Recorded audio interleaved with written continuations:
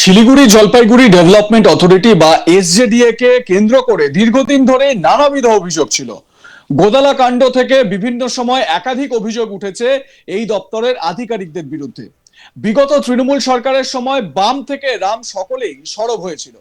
একের পর এক আন্দোলন, অবস্থান, বিক্ষোভ হয়েছে, কিন্তু তাতে দুর্নীতিতে কোনো খামতি আসেনি।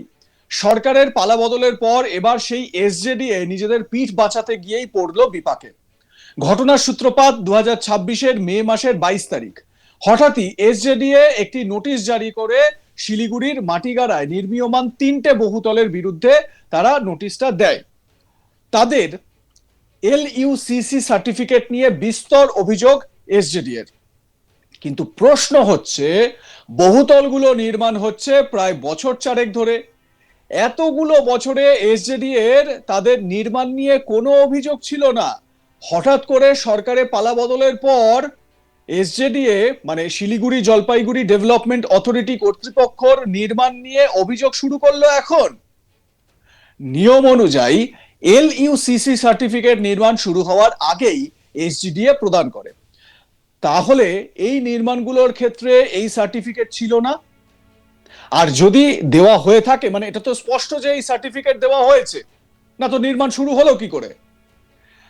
এই যে সার্টিফিকেট দেওয়া হয়েছে, তাহলে এসজেডিএ অনৈতিকভাবে এই সার্টিফিকেটগুলো ইস্যু করেছিল, নাকি এতেও রয়েছে বিস্তর দুর্নীতি? মুষ্টিমেয় 1 থেকে 2জন আধিকারিকের বিরুদ্ধে দীর্ঘদিন ধরে এলইউসিসি সার্টিফিকেট প্রদান নিয়ে দীর্ঘদিন ধরেই অভিযোগ ছিল সাধারণ মানুষের, কিন্তু লিখিত আকারে সেই অভিযোগ জমা কখনোই পড়েনি। লিখিত আকারে জমা পড়লেই সেই সার্টিফিকেট আর পাওয়া যেত না, কাজেই নির্মাণও আটকে থাকতো। এই ভয়েই বিপুল অর্থের লেনদেনে এলইউসিসি সার্টিফিকেট পাওয়াটা একটা অভ্যেসে পরিণত হয়েছে শিলিগুড়ি এবং জলপাইগুড়ির মানুষদের। সম্প্রতি রাজ্যে ক্ষমতায় আসার পর বিভিন্ন দপ্তরে অডিট শুরু করেছে রাজ্যের বিজেপি সরকার। অডিটের আঁচ পরিলক্ষিত হওয়ার পরই হঠাৎই মাটিগাড়ায় নির্মীয়মান 3টে সংস্থাকে নোটিশ ধরিয়েছে কর্তৃপক্ষ। এসজেডিএ সূত্রের খবর, নোটিশ পাওয়ার পরই নির্মীয়মান কোম্পানির আধিকারিকরা দস্তাবেজ নিয়ে হাজির হচ্ছে এসজেডিএ তে, কিন্তু তাদের দস্তাবেজে খুশি নন কর্তৃপক্ষ। প্রদীপ কুন্ডু, এসজেডিএ এর ইঞ্জিনিয়ার, তিনি এ বিষয়ে কি বলছেন শোনাবো। এই বিল্ডিং এ দেখা যাচ্ছে যে এলওসিসি নেই, তাছাড়াই এত বড় বিল্ডিং হয়ে গেল। এই ব্যাপারটা আমি আপনাদের কাছ থেকে আমি শুনলাম, আমাকে তো কেউ কিছু বলেনি, জানি না। যাই হোক, কাজ তো চলছে, অনেকদিন ধরেই চলছে কাজ।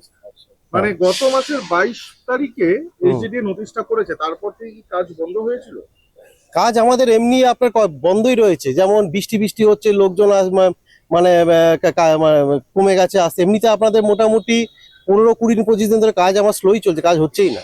মানে কাজ বন্ধ? হ্যাঁ, বন্ধ বলতে টুকটাক কাজ চলছে না, ওই ধরনের যে আপনি যেটা বলছেন সেই ধরনের ব্যাপারটা আমি জানি না।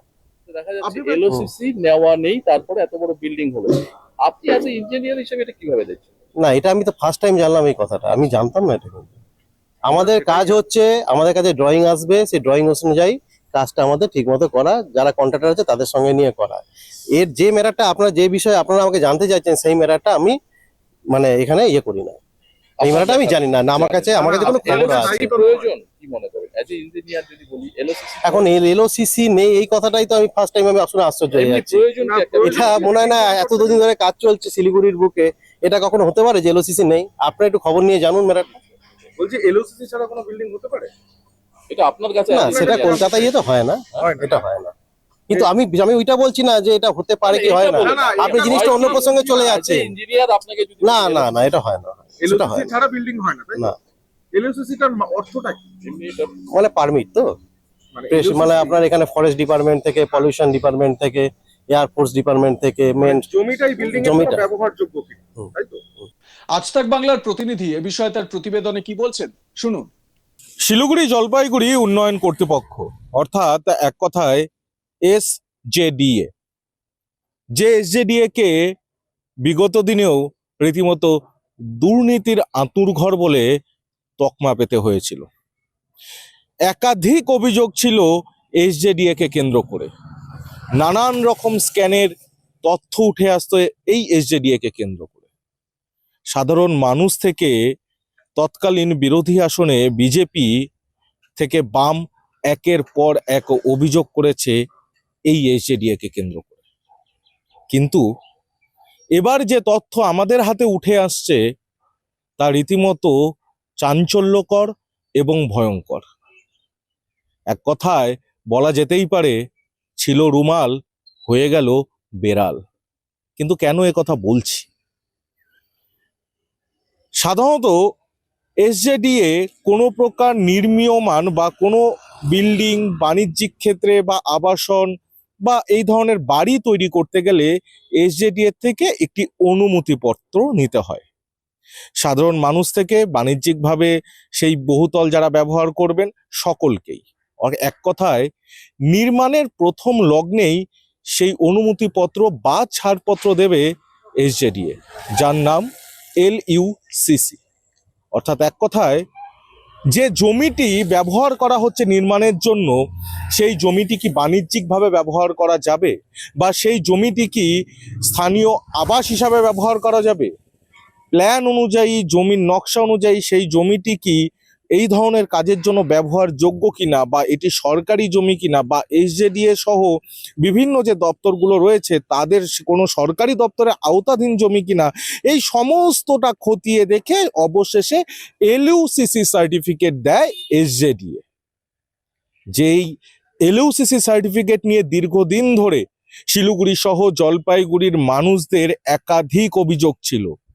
LUCC সার্টিফিকেট পেতে নাকি রীতিমতো অর্থ খোয়াতে হতো, কিন্তু সেই LUCC সার্টিফিকেট নিয়ে সাধারণ মানুষ অন্তত সেই অর্থে কোনো লিখিত অভিযোগ দায়ের করতেন না।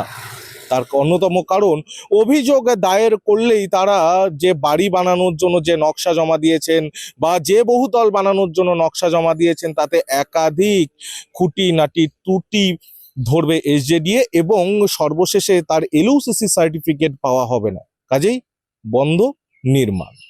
ঠিক এই ভয়েই রীতিমতো অর্থ খরচ করতে হলেও তারা সেটাতেই রাজি হয়ে এতদিন পর্যন্ত LUCC সার্টিফিকেট নিত। ঠিক এমনটা কিন্তু বিস্তর অভিযোগ ছিল এসজেডিএ কে কেন্দ্র করে, কিন্তু এর কোনো লিখিত অভিযোগ হতো না।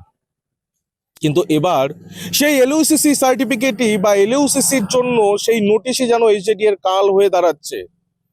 সম্প্রতি এই এসজেডিএ যেখানে অবস্থিত, এই অফিস যেখানে অবস্থিত, সেই মাটিগাড়ায় এখান থেকে মেরে কেটে 1 কিলোমিটারেরও কম জায়গায় একেবারে শহরের প্রাণকেন্দ্রে এশিয়ান হাইওয়ে দুপাশ দিয়ে একের পর এক উঁচু নির্মাণ হচ্ছে, যার কোনোটা 22 তলা, কোনোটা 30 তলা।